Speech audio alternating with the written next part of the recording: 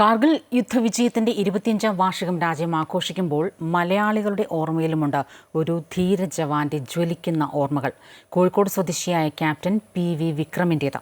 നാടിനുവേണ്ടി പോരാടി വീരമൃത്യു വരിച്ച ധീരനായകൻ.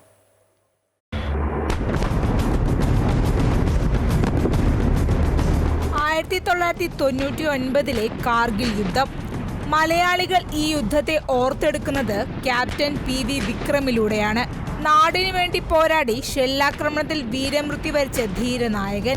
പാകിസ്ഥാൻ സേനയെ തുരത്താനുള്ള ദൗത്യമായ ഓപ്പറേഷൻ വിജയിൽ ഫോർവേഡിംഗ് ഒബ്സർവേഷൻ ഓഫീസറുടെ ചുമതലയായിരുന്നു ക്യാപ്റ്റൻ വിക്രമിന്. മോർട്ടാർ ഷെൽ ആക്രമണത്തിലാണ് ക്യാപ്റ്റൻ വിക്രം വീരമൃത്യു വരിക്കുന്നത്.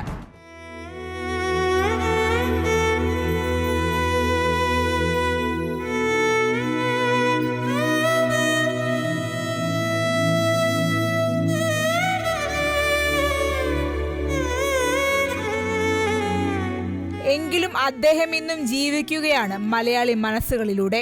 ക്യാപ്റ്റന്റെ ഓർമ്മയ്ക്കായി കോഴിക്കോട് കേന്ദ്രീയ വിദ്യാലയത്തിൽ സ്ഥാപിച്ച പ്രതിമ എല്ലാവർക്കും പ്രചോദനമാണെന്ന് പ്രിൻസിപ്പൽ വിനോദ് കുമാർ പറഞ്ഞു. യുദ്ധത്തിലെ മുന്നണി പോരാളിയായ ക്യാപ്റ്റൻ PV വിക്രമിൻ്റെ ഒരു പ്രതിമ നമ്മുടെ സ്കൂളിൽ നേരത്തെ സ്ഥാപിച്ചിരുന്നു. ഈ പ്രതിമ ഇവിടെ ഉണ്ടാകുന്നത് നമ്മുടെ കുട്ടികൾക്കും അതുപോലെ അധ്യാപകർക്കും വളരെ അഭിമാനകരമാണ്.